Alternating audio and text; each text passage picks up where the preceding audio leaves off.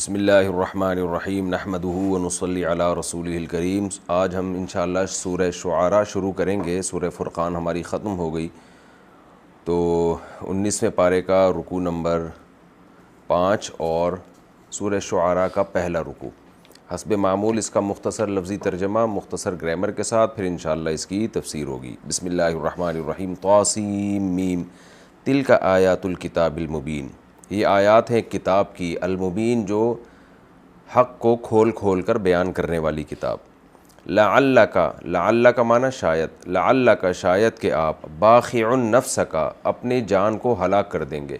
بخع کہتے ہیں یہ جو نرخرے کے اندر یا گردن کے اندر ایک رگ ہوتی ہے جس کو کاٹا جاتا ہے، تو بخع یبخع کا معنی ہوتا ہے کہ کسی کو ہلاک کر دینا، کیونکہ جب ہلاک کرتے ہیں تو وہ گردن کاٹی جاتی ہے نا، تو باخع ہلاک کرنے والا۔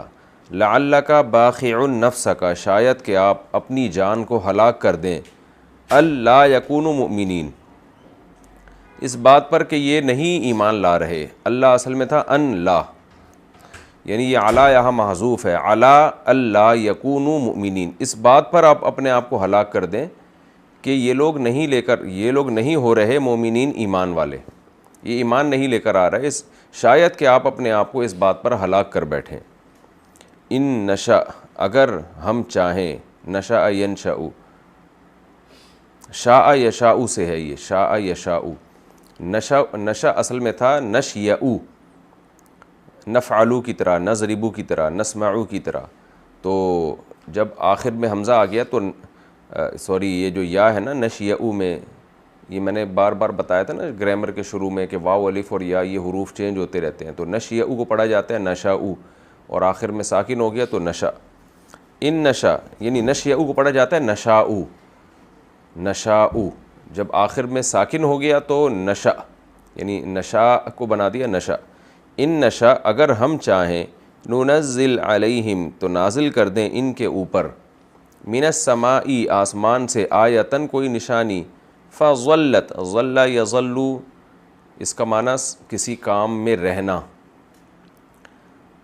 ظل یظل یہ لفظ بھی کئی دفعہ آ چکا ہے، اصل میں تھا ظلیل یظلل کسی کام میں مشغول رہنا، یہ لفظ یہ پہلے آیت ہے کہ ظل وجہہ مسودن جس کے ہاں بیٹی کی ولادت ہوتی ہے، ظل وجہہ اس کا چہرہ رہتا ہے سارا دن مسودن سیاہ، تو ظلت اعناقہم ان کی گردنیں ہو جائیں لہا اس نشانی کے لیے، خاضعین جھکنے والی، یعنی اگر ہم چاہیں تو آسمان سے ایک ایسی نشانی نازل کر دیں کہ ان کی گردنیں اس کے آگے بالکل جھک جائیں، جھکی رہیں۔ وما یاتیہم من ذکر اور نہیں آتا ان کے پاس کوئی نصیحت نامہ، من الرحمن رحمان کی طرف سے، نہیں آتی ان کے پاس کوئی نصیحت رحمان کی طرف سے، محدث نئی، احداث کا معنی کسی چیز کو پیدا کرنا، محدث جس چیز کو پیدا کیا گیا ہو، جو چیز پیدا ہوتی ہے نئی ہوتی ہے نا، تو محدث نئی چیز، ہر نئی چیز کو بھی کہتے ہیں۔ اور نہیں آتا ان کے پاس رحمان کی طرف سے کوئی ذکر یعنی کوئی نصیحت، محدث نئی نصیحت، الا کانوا عنہ معرضین مگر ہوتے ہیں یہ اس نصیحت سے اعراض کرنے والے۔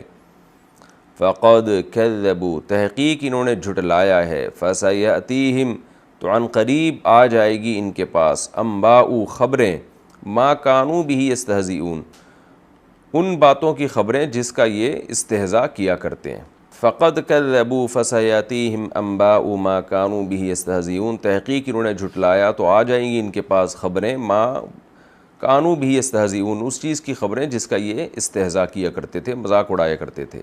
اولم یروا الی الارض کیا انہوں نے دیکھا نہیں زمین کی طرف، کم انبتنا کتنی ہی اگائی ہیں اس زمین میں ہم نے، من کل زوج ہر طرح کی قسمیں، کریم عمدہ، کریم جب انسان کی طرف نسبت ہوگی تو عزت دار اور سخی اس معنی میں استعمال ہوتا ہے، اور جب چیزوں کی طرف نسبت ہوگی تو عمدہ چیزیں۔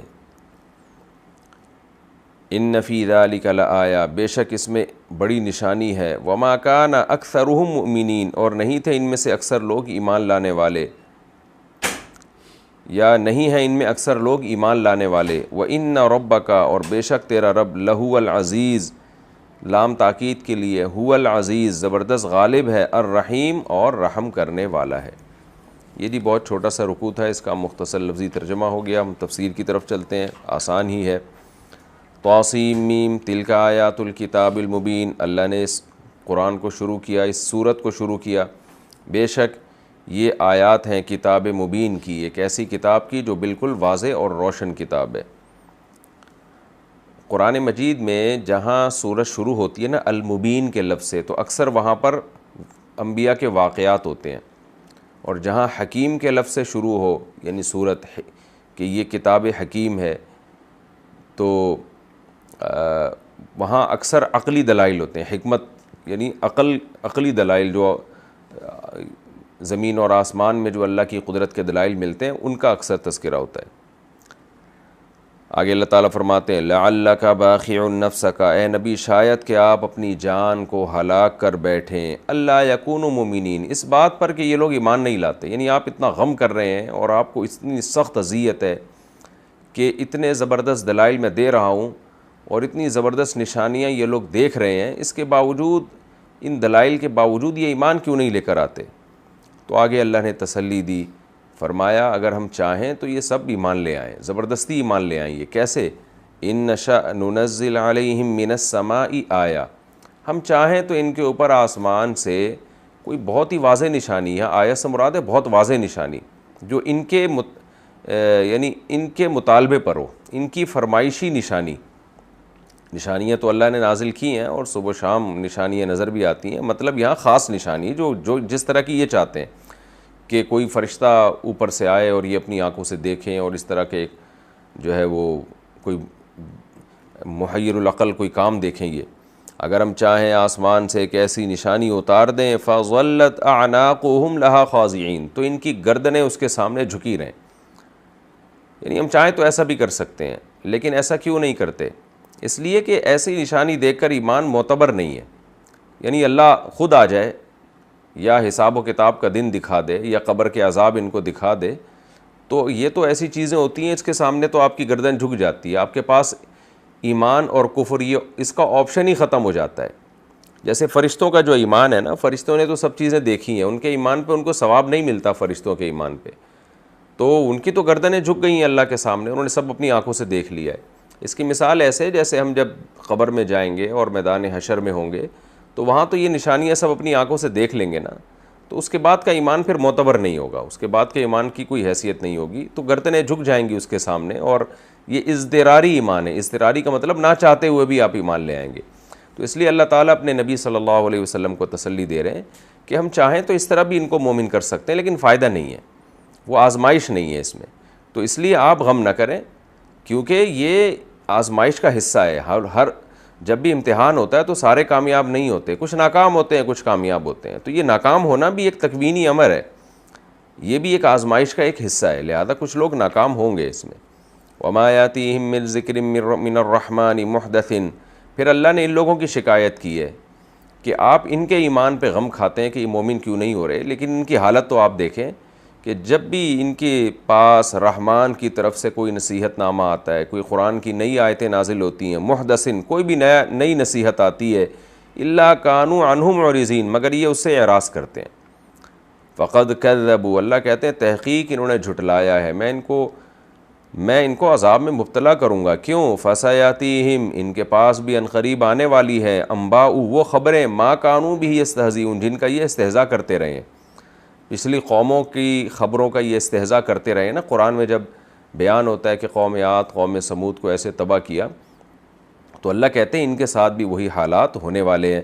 پھر آگے اللہ نے فرمایا کہ اے نبی ہم نے جو نشانیاں دکھائی ہیں نا، وہ نشانیاں عقل مندوں کے لیے کافی ہیں. یعنی ایسی نشانی ہم دکھا سکتے ہیں کہ نہ چاہتے ہوئے بھی سارے ایمان لے آئیں، لیکن ہم نہیں دکھاتے. لیکن حجت تمام کرنے کے لیے جتنی نشانیاں چاہیے وہ نشانیاں ہم نے دکھا دی ہیں. وہ نشانیاں کیا ہیں؟ اولم یروا الی الارض، کیا انہوں نے زمین کی طرف دیکھا نہیں ہے؟ کم انبتنا فیہا من کل زوج کریم، ہم نے اس میں کیسے طرح طرح کی مختلف قسمیں، عمدہ قسمیں پیدا کی ہیں نباتات کی، کیسی بہترین قسمیں، کھجور، انار، انگور، سیب، ناشپاتی، آم، تربوز. پھلوں کو گننا شروع کریں آپ، سبزیوں کو گننا شروع کریں، ختم نہیں ہوتے. پھر ہر ملک میں الگ الگ ناریل ہے اور کیا کچھ نہیں اللہ نے پیدا کیا، کیلے ہیں اور کیسے خوبصورت.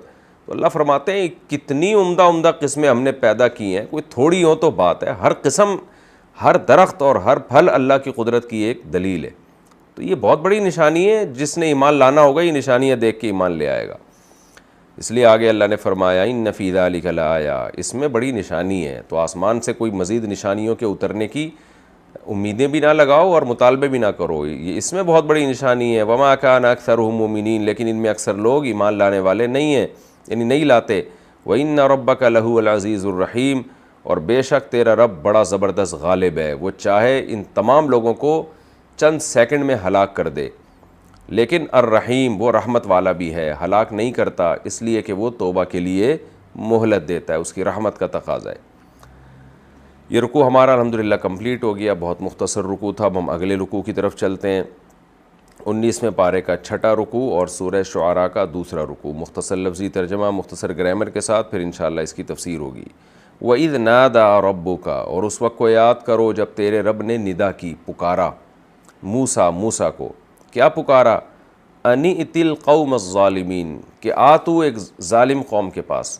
اصل میں تھا ان ایتی القوم الظالمین، تو ملا کے پڑھیں گے ان ائت القوم الظالمین، ظالم قوم کے پاس آپ جائیں. قوم فرعون، وہ ظالم قوم کون سی ہے؟ فرعون کی قوم. الا یتقون، یہ لوگ ڈرتے کیوں نہیں ہیں؟ یعنی فرعون اور اس کی قوم جو ہے، الا یتقون، یہ کیوں نہیں خدا کے عذاب سے ڈرتے؟ کیسا ظلم کر رہے ہیں بنی اسرائیل پر. قال، حضرت موسیٰ نے کہا، ربی، اصل میں تھا ربی، اے میرے رب، انی اخاف ان یکذبون، مجھے خوف ہے کہ وہ میری تکذیب کریں گے. یکذبونی تھا اصل میں، میرا انکار کریں گے. ویضیق صدری، اور میرا سینہ تنگ ہوتا ہے. ضاق یضیق کا معنی تنگ ہونا، ضائق ہے نا، مضائقہ اردو میں لفظ استعمال ہوتا ہے. صدر سینے کو کہتے ہیں. میرا سینہ تنگ ہوتا ہے. ولا ینطلق لسانی، اور میری لسان یعنی میری زبان بھی چلتی نہیں ہے. انطلق ینطلق کا معنی انطلق، اٹھ کے نکل جانا کہیں، تو زبان کی طرف نسبت ہوگی تو روانی کے ساتھ چلنا. لا ینطلق لسانی، میری زبان روانی کے ساتھ نہیں چلتی. فارسل، تو بھیج دے، یعنی جو تو نے نبوت کا جو پیغام ہے یہ تو بھیج دے. الی ہارون، ہارون کی طرف. ولہم علیہ، اور ہے ان لوگوں کے لیے، علیہ مجھ پر، ذنب، ایک غلطی. ذنب گناہ کو بھی کہتے ہیں، غلطی کو بھی کہتے ہیں. ایک جرم ہے، ریاست کا ایک جرم ہے جو میرے اوپر ثابت ہے. فاخاف، لہذا میں خوف کرتا ہوں، ان یقتلون، اصل میں تھا یقتلونی، یا کو حذف کر دیا، لہذا مجھے خوف ہے کہ وہ مجھے قتل کر دیں گے. قال، اللہ نے فرمایا، کلا، ہرگز ایسا نہیں ہو سکتا، ہرگز ایسا نہیں ہو سکتا.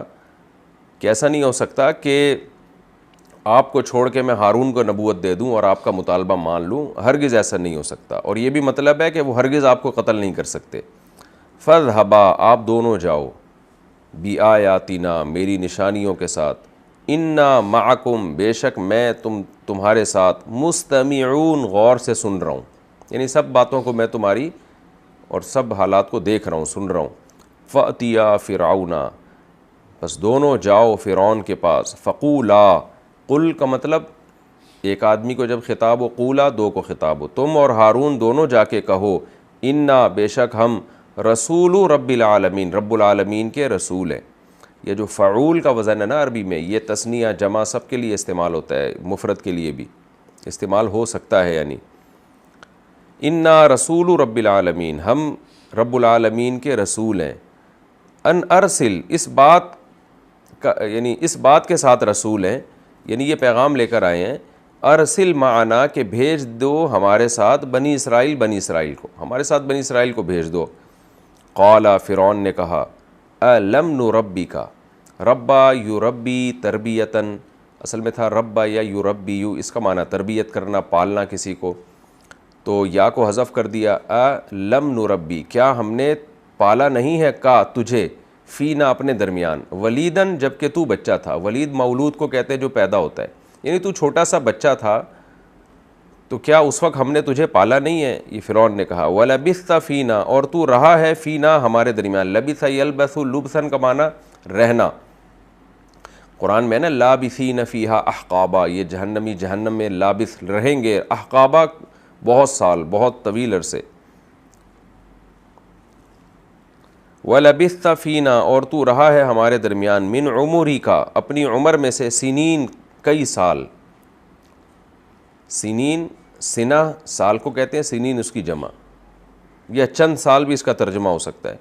وَفَعَلْتَ فَعَلَتَکَ اور کیا ہے تو نے، فعلت کا معنی تو نے کیا، فعلہ کوئی بھی کام، یہ تا وحدت کے لیے آتی ہے، فعلتن کا معنی ایک کام، اور کیا ہے تو نے ایک ایسا کام، التی فعلت جو تو نے کیا ہے، وَأَنْتَ مِنَ الْكَافِرِينَ اور تو ہے ناشکروں میں سے. یعنی موسیٰ علیہ السلام سے فرعون یہ کہہ رہا ہے، تفسیر میں اس کی ڈیٹیل آئے گی انشاءاللہ. اور تو کر چکا ہے ایک ایسا کام جو تو کر چکا ہے، اور اب تو ہے ناشکروں میں سے. قال موسیٰ نے کہا، فعلتها وہ کام میں نے کیا ہے، اذن اذ کان کذا جب ایسا تھا، یعنی جس وقت ایسا ہوا تھا، جس وقت وہ کام ہوا تھا تو وہ واقعی وہ کام میں نے کیا تھا. وَأَنَا مِنَ الظَّالِمِينَ اور میں خطا کاروں میں سے تھا. دیکھیں ضلالت کا ترجمہ ہر جگہ ایک جیسا نہیں ہوتا، یعنی مجھ سے خطا ہوئی تھی، غلطی ہوئی تھی. تو ضلالت کا مطلب یہاں پر یہ ہے کہ جان کر نہیں کیا تھا، مجھ سے وہ خطاً یہ کام ہوا تھا. ضلالت کا یہ مطلب ہے کہ وَأَنَا مِنَ الظَّالِّينَ، یہ مطلب نہیں ہوگا کہ میں گمراہ لوگوں میں سے تھا، انبیاء کبھی بھی گمراہ نہیں ہوتے، اور میں تھا غلطی کرنے والوں میں سے. فَفَرَرْتُ تو پس میں فرار ہو گیا تھا، منکم تم سے، لما جب، خفتکم مجھے تمہارا خوف ہوا، تو مجھے خوف تھا اس وجہ سے میں تم سے فرار ہو گیا تھا. فَوَهَبَ لِي رَبِّي پس ہبا کر دیا مجھے میرے رب نے، حکماً نبوت، حکم فیصلے کو کہتے ہیں، اور یہاں مراد ہے نبوت، کیونکہ نبوت ملنے کے بعد انسان حق اور باطل کو دو چار کی طرف فیصلہ کر سکتا ہے. وَجَعَلَنِي مِنَ الْمُرْسَلِينَ اور بنا دیا اس نے مجھے، من المرسلین پیغمبروں میں سے، نبوت عطا کی اور اس نے مجھے پیغمبروں میں سے بنا دیا. وَتِلْكَ نِعْمَةٌ اور یہ ایک نعمت ہے، تَمُنُّهَا عَلَيَّ اس نعمت کو تو بیان کر رہا ہے، علیہ مجھ پر. منا یمنو کا معنی ہوتا ہے کسی پر احسان جتلانا. وَتِلْكَ نِعْمَةٌ اور یہ ایک نعمت ہے، تَمُنُّهَا عَلَيَّ منا علیہ کا مطلب ہوتا ہے احسان جتلانا. حدیث میں آتا ہے نا، المنان جو احسان جتلانے والا ہے، 3 شخص کی مغفرت نہیں ہوگی اور ان کو اللہ تعالیٰ بہت سخت عذاب میں دیکھا، تو من علیہ. وَتِلْكَ نِعْمَةٌ یہ اور یہ ایک نعمت ہے، تَمُنُّهَا عَلَيَّ جو تو مجھ پر گنوا رہا ہے. ان وہ نعمت کیا ہے، عبدتا کہ تو نے غلام بنایا ہے. عبد یعبدو کا معنی عبادت کرنا، اور عبد یعبدو باب تفعیل میں جب جائے گا تو کسی کو غلام بنانا، کہ تو نے غلام بنایا ہوا ہے بنی اسرائیل کو. قال فرعون تو فرعون نے کہا، وما رب العالمین رب العالمین کیا ہے. یہاں ماں سے مراد ہے کسی چیز کی ماہیت کو پوچھنا. جب ماہیت کہتے ہیں کسی چیز کو ڈیفائن کرنا، جب ہم کہتے ہیں نا اس کو ڈیفائن کرو تو اس کی ڈیفینیشن کو بیان کیا جاتا ہے. تو فرعون نے سوال کیا کہ رب العالمین کی ڈیفینیشن کیا ہے. قال رب السماوات والارض موسیٰ نے کہا آسمانوں اور زمین کا رب، وما بینہما اور جو کچھ آسمانوں اور زمین کے درمیان ہے، ان کنتم موقنین اگر تم یقین کرنے والے ہو. قال فرعون نے کہا، لمن ان لوگوں سے، حولہ جو فرعون کے ارد گرد تھے. یہ جو حولہ کا لفظ ہے یہ کئی بار آ چکا ہے نا، میں نے بتایا کہ اردو میں بھی لفظ استعمال کہتے ہیں ماحول. تو ماحول کا مطلب کیا ہوتا ہے، ما حولہ وہ چیز جو ہمارے ارد گرد ہے. تو اردو میں یہ لفظ ما حولہ سے آ کے ماحول کا لفظ بن گیا. قال لمن حولہ کہا فرعون نے ان لوگوں سے جو اس کے ارد گرد تھے، الا تستمعون کیا تم سنتے نہیں ہو. قال ربکم موسیٰ نے پھر کہا تمہارا رب، ورب آبائکم الاولین اور تمہارے اولین باپ دادا کا رب جو پہلے گزر چکے ہیں. یعنی اللہ جو ہے وہ تمہارا بھی رب ہے اور تمہارے جو اولین باپ دادا ہیں ان کا رب. قال موسیٰ فرعون نے کہا، ان رسولکم لوگو تمہارا جو رسول، الذی ارسل الیکم جس کو تمہاری طرف بھیجا گیا ہے، لمجنون وہ مجنون ہے، معاذ اللہ دیوانہ ہے. قال موسیٰ نے کہا، رب المشرقی والمغربی وما بینہما وہ مشرق کا بھی رب اور مغرب کا بھی رب، اور جو کچھ مشرق اور مغرب کے درمیان ہے ان سب کا رب. ان کنتم تعقلون اگر تم کچھ عقل سے کام لو. قال فرعون نے کہا، لئن اتخذت لام تاکید کے لیے، ان اتخذت کا معنی ٹھہرانا، لئن اتخذت الہا غیری، اگر تو نے ٹھہرایا معبود میرے سوا، لأجعلنک، تو میں ضرور بالضرور تجھے بنا دوں گا، من المسجونین، قیدیوں میں سے۔ سجن عربی میں قید کو کہتے ہیں، یہ لفظ اردو میں بھی استعمال ہوتا ہے۔ مسجون وہ لوگ جن کو قید کر دیا جائے، مسجونین اس کی جمع۔ قال، موسیٰ نے کہا، اولو جئتک، کیا میں لے کر آؤں اگر تیرے پاس، بشیء مبین، ایک واضح چیز، یعنی اگرچہ میں ایک واضح چیز بھی، واضح معجزہ بھی تیرے پاس لے کر آؤں، پھر بھی کیا تو مجھے جیل میں ڈال دے گا؟ قال، فرعون نے کہا، فأتی بہ، لے آ تو اس معجزے کو، ان کنت من الصادقین، اگر تو سچا ہے۔ فألقى عصاہ، ڈال دی موسیٰ نے اپنی لاٹھی، فإذا ہی، اچانک وہ لاٹھی، اذا کے بعد جب جملہ اسمیہ ہوتا ہے نا، پورا ایک جملہ، تو وہ اچانک کے معنی میں ہوتا ہے۔ فإذا ہی، اچانک وہ لاٹھی، ثعبان، اژدہا تھی، مبین، بالکل واضح۔ ونزع یدہ، اور کھینچا اپنے ہاتھ کو، یعنی گریبان میں ڈال کے جب نکالا اپنے ہاتھ کو، فإذا ہی، اچانک یہ ہاتھ، بیضاء، سفید تھا، ابیض کی جمع، ابیض کی مؤنث آتی ہے بیضاء، للناظرین، دیکھنے والوں کے لیے، سفید چمک رہا تھا۔ یہ لفظی ترجمہ ہو گیا، بہت آسان رکوع ہے، میں اب اس کی تفسیر کی طرف چلتا ہوں۔ سورہ شعراء میں اللہ نے کیا فرمایا شروع میں، کہ اگر ہم چاہیں تو آسمان سے کوئی ایسی واضح نشانی ان کو دکھا دیں کہ اس کے سامنے ان کی گردنیں جھک جائیں۔ پھر اللہ نے فرمایا کہ پچھلی امتوں میں نے بھی اسی طرح مذاق اڑایا ہے اور ان کو اللہ نے ہلاک کیا، تباہ و برباد کیا، تو ان مشرکین کو ڈرنا چاہیے کہ ان کے ساتھ بھی وہ حالات نہ ہو جائیں۔ یاتیہم انباء ما کانوا بہ یستہزئون، وہی خبریں ان کے پاس بھی نہ آ جائیں، یعنی وہی ہلاکتیں ان کو بھی نہ ہو جائیں۔ تو انہی واقعات میں سے اللہ نے اب موسیٰ علیہ السلام کا واقعہ بیان کیا کہ کیسے فرعون نے حضرت موسیٰ کو جھٹلایا اور کیسے تکبر کیا، اور بالآخر فرعون کا انجام کیا ہوا۔ وَإِذْ نَادَىٰ رَبُّكَ مُوسَىٰ، اور اس وقت کو یاد کرو جب رب نے موسیٰ کو پکارا، اَنِ ائْتِ الْقَوْمَ الظَّالِمِينَ، کہ اے موسیٰ جا تو ایک ظالم قوم کے پاس، قوم فرعون، فرعون کی قوم کے پاس، اَلَا يَتَّقُونَ، وہ ڈرتے کیوں نہیں ہیں؟ قَالَ رَبِّ إِنِّي أَخَافُ أَن يُكَذِّبُونَ، حضرت موسیٰ نے کہا، اے اللہ مجھے اس بات کا خوف ہے کہ وہ میرا انکار کریں گے، وہ نہیں مانیں گے میری بات۔ وَيَضِيقُ صَدْرِي، اور میرا سینہ تنگ ہوتا ہے۔ ضیق صدر کہتے ہیں کہ جب کوئی آپ کے اوپر آپ کی استطاعت سے زیادہ کوئی کام ڈال دیا جائے تو وہ کرتے ہوئے آپ کا سینہ تنگ ہوتا ہے۔ اس کے بالکل اپوزٹ میں آتا ہے شرح صدر، جب خوش دلی کے ساتھ اور آپ بالکل کانفیڈنس کے ساتھ ایک کام کر رہے ہوتے ہیں، اس کو شرح صدر کہا جاتا ہے۔ کہتے ہیں نا اس معاملے میں اللہ نے مجھے شرح صدر ہو گیا ہے۔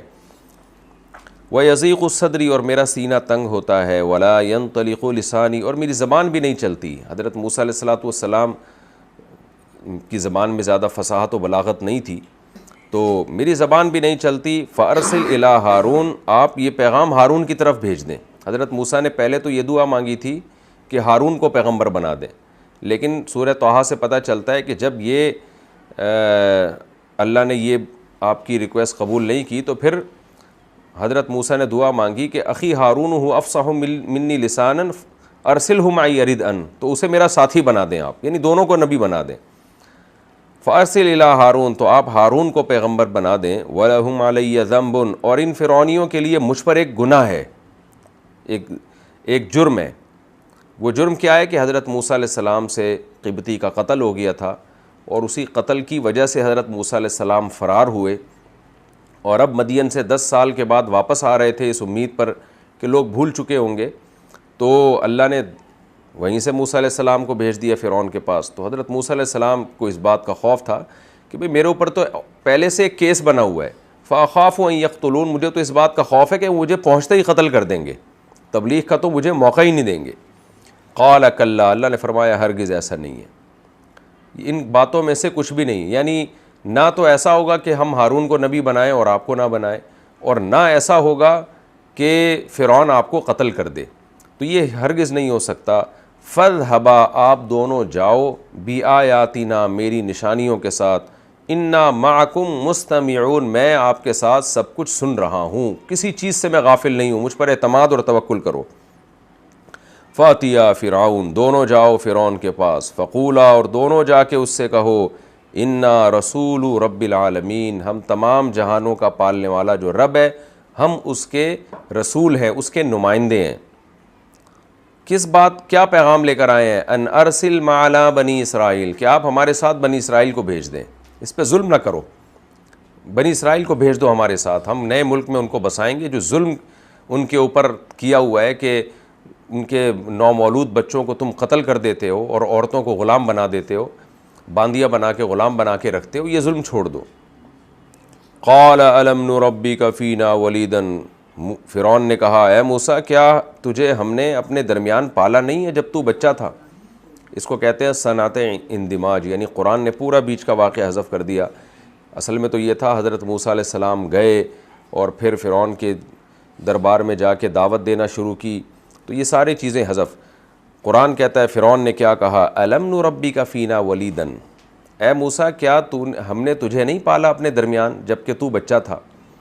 یعنی فرعون یہ احسان جتلا کے کہہ رہا ہے کہ یہ ہم نے تجھے پال پوس کے بڑا کیا اور ہم نے احسانات کیے، آج تو ہمیں ہی سمجھا رہا ہے۔ جیسے کوئی کسی کو سمجھانا شروع کر دے نا تو دوسرا اس کو اپنے احسانات گنوانا شروع کر دیتا ہے۔ وَلَبِثْتَ فِينَا مِنْ عُمُرِكَ سِنِينَ، اور تو ہمارے درمیان کئی سال رہا ہے، کئی سال تو نے ہمارے محل میں پلا بڑھا ہے، تو ہمیں کیسے سمجھا سکتا ہے؟ وَفَعَلْتَ فَعَلَتَكَ الَّتِي فَعَلْتَ، اور تو نے وہ ایک کام بھی کیا جو تو نے کیا ہے، یعنی قتل۔ یعنی فرعون بھی دیکھیں کیسی ہوشیاری سے نا اس قتل کا تذکرہ نہیں کر رہا۔ جب آپ کسی کو نیچا دکھانے پر آتے ہو نا تو آپ کا انداز یہی ہوتا ہے، آپ اسی طرح سے تانے دیتے ہو کہ تجھے وہ پتہ ہے نا تو نے کیا کیا تھا وہ، یعنی اس کے بعد تو اب تیرا حق بنتا ہی نہیں ہے کہ تو ہمیں نصیحت کرے، تبلیغ کرے۔ اگر تو پھر بھی نصیحت کرے گا تو میں بتا دوں گا لوگوں کو کہ وہی ہے جس نے ہماری قوم کے ایک آدمی کو قتل کیا تھا اور ناحق قتل کر کے یہ فرار ہوا تھا۔ تو یہ انداز تھا فرعون کا حضرت موسیٰ علیہ السلام کو نیچا دکھانے کا۔ وَفَعَلْتَ فَعَلَتَكَ الَّتِي فَعَلْتَ، اور تو نے کیا ہے وہ ایک کام جو تو نے کیا ہے۔ وَأَنْتَ مِنَ الْكَافِرِينَ، اور اب تو ناشکرے لوگوں میں سے، یعنی ریاست کا جرم بھی کیا اور اس کے بعد ہمارے تجھ پر احسانات بھی ہیں، اور اس کے بعد آ کے تو اب ہمیں نصیحت کر رہا ہے، تو یہ تو بڑی ناشکری ہے۔ قَالَ فَعَلْتُهَا إِذًا، حضرت موسیٰ نے فرمایا ہاں میں نے اس وقت وہ کام کیا تھا، مجھ سے انسانی جان کا قتل ہوا تھا۔ وَأَنَا مِنَ الظَّالِّينَ، لیکن میں خطا کاروں میں سے تھا، غلطی ہوئی تھی مجھ سے، جان بوجھ کر میں نے قتل نہیں کیا۔ تو انسان سے غلطی ہو سکتی ہے، اور غلطی سے کوئی غلطی ہو جانا یہ نبوت کے منافی نہیں ہے۔ انبیاء سے بھی اس طرح کی غلطیاں ہو سکتی ہے، انسان ہے وہ۔ آپ ڈرائیونگ کر رہے ہوتے ہیں، کوئی بندہ آ جاتا ہے گاڑی کے نیچے، آپ فائر کر رہے ہوتے ہیں، وہ فائر کسی کے لگ جاتا ہے، تو قتل خطا کے احکام قرآن و سنت اس لیے بیان کیے ہیں کہ یہ انسانوں سے اس کا صدور ممکن ہے۔ تو مجھ سے خطا ہوئی تھی، فَفَرَرْتُ مِنْكُمْ، تو اس خطا کی بیس پہ میں تم سے فرار ہوا۔ لَمَّا خِفْتُكُمْ، جب مجھے تم سے خوف ہوا، مجھے خوف تھا کہ تم مجھے قتل کر دو گے، اس لیے میں ملک چھوڑ کر فرار ہو گیا۔ فَوَهَبَ لِي رَبِّي حُکْمًا، تو ہبہ کر دی اس کے بعد میرے رب نے مجھے نبوت۔ وَجَعَلَنِي مِنَ الْمُرْسَلِينَ، اور پیغمبروں میں سے مجھے میرے رب نے بنا دیا۔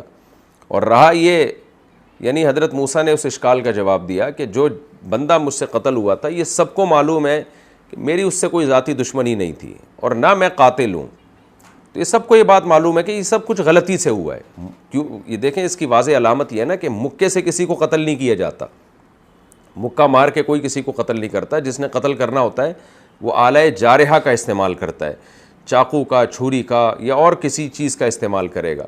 اگر کوئی کسی کو تھپڑ لگاتا ہے اور وہ مر جاتا ہے تو یہ تھپڑ لگانے والے کو یہ نہیں کہتے یہ قاتل ہے، یہ ظاہر ہے غلطی سے ہی ہوا ہے۔ اور اسی آیت سے امام حنیفہ رحمہ اللہ نے قتل خطا کے جو ہے نا اس کے حکام مستنبط کیے کہ اگر کوئی شخص کسی کو پتھر سے مار کے قتل کر دے یا ہاتھوں سے مار کے قتل کر دے تو قاتل سے قصاص نہیں لیا جائے گا، کیونکہ ایک شبہ پیدا ہو گیا ہے۔ شبہ یہ پیدا ہو گیا کہ پتہ نہیں اس کی قتل کی نیت تھی بھی کہ نہیں تھی، کیونکہ جس کی قتل کی نیت ہوتی ہے وہ آلہ جارحہ سے قتل کرتا ہے، تو دیت تو لی جائے گی۔ تو اس پہ یعنی عمد والے احکام جاری نہیں ہوتے، کیونکہ شبہ پیدا ہو گیا، پتہ نہیں اس کی نیت تھی بھی کہ نہیں تھی۔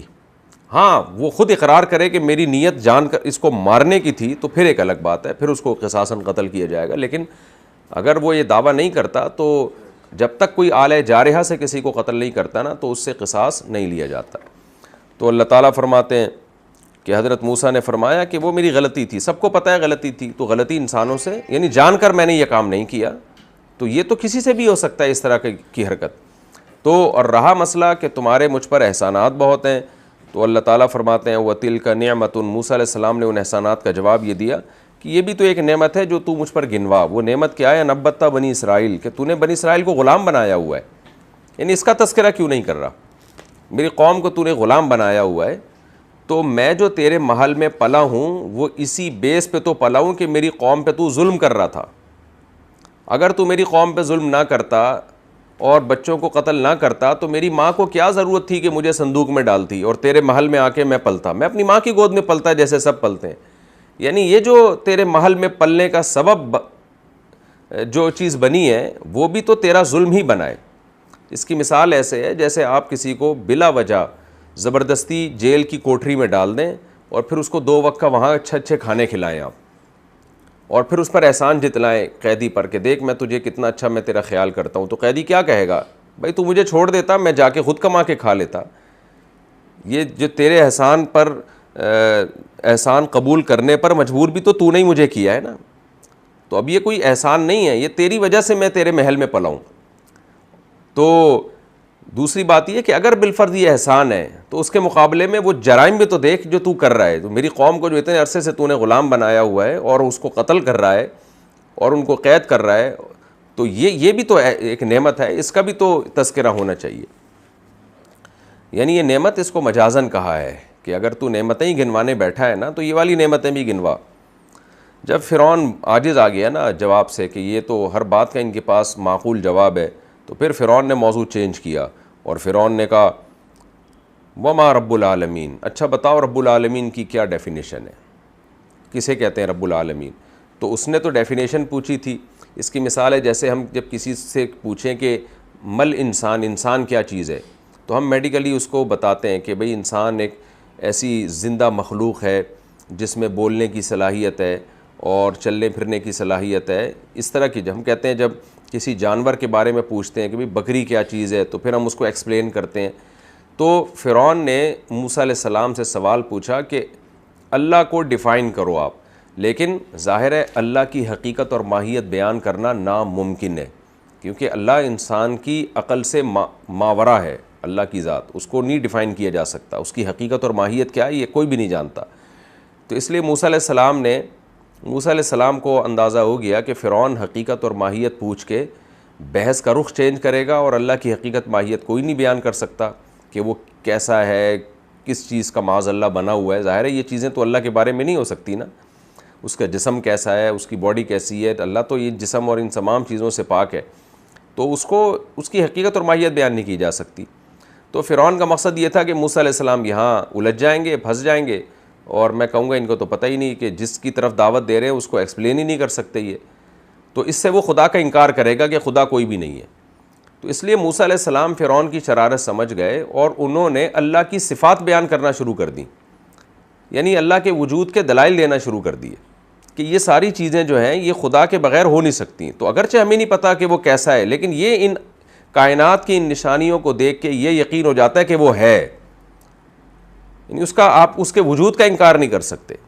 تو فرعون نے پوچھا وما رب العالمین، رب العالمین کیا ہے؟ قال رب السماوات والارض، فرمایا آسمانوں اور زمین کا پالنے والا. یہ اتنا بڑا نظام جو چل رہا ہے، وما بینہما، اور جو کچھ آسمانوں اور زمین کے درمیان ہے، جو ذات اس نظام کو چلا رہی ہے نا اس کو اللہ کہا جاتا ہے، اس کو رب العالمین کہا جاتا ہے. ان کنتم موقنین، اگر تم یقین کرنا چاہو، یعنی یقین کرنا چاہو تو یہ دلائل تمہارے لیے کافی ہیں کہ یہ پوری کائنات میں تمہیں ایک مینجمنٹ نظر آئے گی، ایک نظم نظر آئے گا. یہ مینجمنٹ کسی مینیجر کے بغیر نہیں ہو سکتی، مخلوق خالق کے بغیر نہیں ہو سکتی. فرعون نے جب دیکھا کہ میں نے سوال ان سے کچھ اور پوچھا ہے، جواب میں یہ کوئی اور جواب دے رہے ہیں، تو فرعون نے لوگوں سے کہا لمن حولہ، جو اس کے ارد گرد لوگ بیٹھے ہوئے تھے ان سے کہا الا تستمعون، تم سنتے نہیں ہو، یہ کیا بات کر رہے ہیں، میں ان سے سوال کیا پوچھ رہا ہوں، یہ جواب کیا دے رہے ہیں. جیسے ہی فرعون خاموش ہوا، موسیٰ علیہ السلام نے پھر تقریر کی، قال ربکم ورب آبائکم الاولین، وہ تمہارا پالنے والا اور تمہارے باپ داداؤں کو پالنے والا. پالنے والے کا مطلب پیدا بھی کیا اور پالا بھی ہے ان کو. جب پیدا ہوئے تھے ماں کی چھاتیوں میں دودھ پیدا کیا تاکہ پلیں یہ، پھر آسمان سے بارشیں برسائیں، زمین سے نباتات پیدا کیے، تو یہ پالنے والا ہے نا. تو یہ آٹومیٹیکلی تھوڑی ہو رہا ہے یہ سارا نظام، کہ یہ کیسا اتفاق ہے کہ بچہ پیدا ہوتا ہی ماں کی چھاتیوں میں دودھ آ رہا ہے، اور دودھ بھی ایسا آ رہا ہے جو بچے کے لیے اس سے بہتر اس کائنات میں کوئی چیز ہو ہی نہیں سکتی. تو فطرت اتنی ذہین ہے جو یہ سب کچھ کر رہی ہے. تو تو کیونکہ فرعون جو تھا نا وہ تو نیچر کو ہی خدا کہتا تھا نا، یعنی نیچر کی وجہ سے ہو رہا ہے، تبھی اس نے دعویٰ کیا کہ میں معبود ہوں. ظاہر ہے نیچر کو تو کوئی نہیں پوجے گا، نیچر کی تو کوئی آنکھ ناک کان نہیں ہوتے. تو وہ ملحد تھا، ایتھیسٹ تھا فرعون. اس لیے موسیٰ علیہ السلام جو ہے فرعون کے سامنے اللہ کے وجود کے دلائل دے رہے ہیں. جس نظریے کا ہوتا ہے نا تو اس پر اسی نظریے کے حساب سے رد کیا جاتا ہے، کیونکہ وہ ایتھیسٹ تھا، ملحد تھا، وہ خدا کے وجود ہی کا منکر تھا. اس لیے موسیٰ علیہ السلام نے فرمایا ربکم ورب آبائکم الاولین، جو تمہیں پالا جس نے اور تمہارے باپ داداؤں کو پالا. قالا، فرعون نے کہا ان رسولکم الذی ارسل الیکم لمجنون، اے لوگو تمہاری طرف جس کو پیغمبر بنا کے بھیجا گیا ہے معاذ اللہ وہ دیوانہ ہے، وہ مجنون ہے. مجنون ہے، میں اس سے کچھ پوچھ رہا ہوں اور وہ اس کائنات کے بارے میں ایکسپلینیشن شروع کر دی اس نے، تو یہ مجنون ہے. حضرت موسیٰ جیسے ہی فرعون خاموش ہوا، حضرت موسیٰ نے پھر فرمایا رب المشرق والمغرب وما بینہما، مشرق اور مغرب کے درمیان جو کچھ ہے سب کا پالنے والا ہے وہ. ان کنتم تعقلون، اگر تم عقل سے کام لو. پھر فرعون کو آ گیا غصہ. حضرت موسیٰ یہ کچھ کیوں کر رہے تھے؟ حضرت موسیٰ اس لیے کر رہے تھے کہ لوگ اللہ کی بڑائی سنتے نہیں ہیں. اب تک لوگوں نے فرعون ہی کی طاقت، اس کا دبدبہ، دنیا، دولت، عزت، شہرت، یہ چیزیں سنی ہیں. تو یہاں یعنی مصر کے جو ایلیٹ کلاس کے لوگ ہیں، وہ لوگ جن کے پاس جن کے ہاتھ میں مصریوں کی نبض ہے، جو قوم کی تقدیریں بدل سکتے ہیں، وہ لوگ اس وقت یہاں موجود ہیں. تو ان لوگوں کے سامنے اللہ کی بڑائی بیان کرنے کا شاید ایسا موقع مجھے دوبارہ نہ ملے، لہذا اللہ کی کبریائی بیان کرو تاکہ ان کے دل ہل جائیں کہ ہم آج تک کس انسان کو پوجتے رہے ہیں، کس کی عبادت کرتے رہے ہیں، اصل تو وہ ہے جو یہ کائنات کو چلا رہا ہے.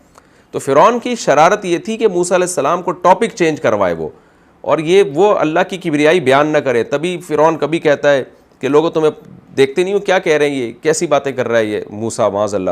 اور پھر کبھی کہنے لگا، فرعون نے کہا یہ تو مجنون ہے، اور پھر کہنے لگا کہ پھر آخر میں دھمکی دینے پہ آ گیا. تو یہ حضرت موسیٰ علیہ السلام کی حکمت تھی کہ وہ فرعون کی الجھائی ہوئی بحث میں الجھ نہیں رہے تھے، بلکہ وہ اپنا کام کیے چلے جا رہے تھے. جب فرعون نے دیکھا کہ یہ خاموش نہیں ہوتے اور اللہ کی بڑائی بیان کرتے ہیں، تو پھر فرعون دھمکی دینے پر آ گیا. یہی ہوتا ہے باطل آدمی جب دلائل کی دنیا میں ہارتا ہے تو پھر بد کلامی، بد تہذیبی پہ اتر آتا ہے. لیکن اللہ نے اس کا بھی جواب تیار کر کے رکھا ہوا تھا.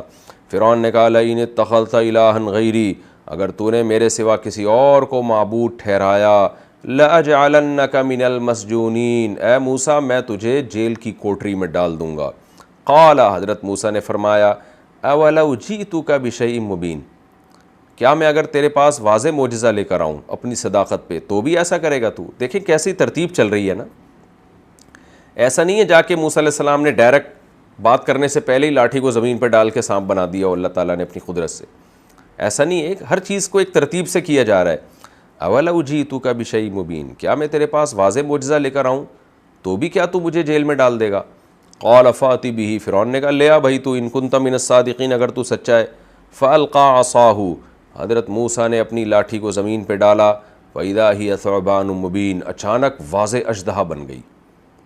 چھوٹا سا سانپ نہیں، بہت بڑا اژدہا بن گئی وہ.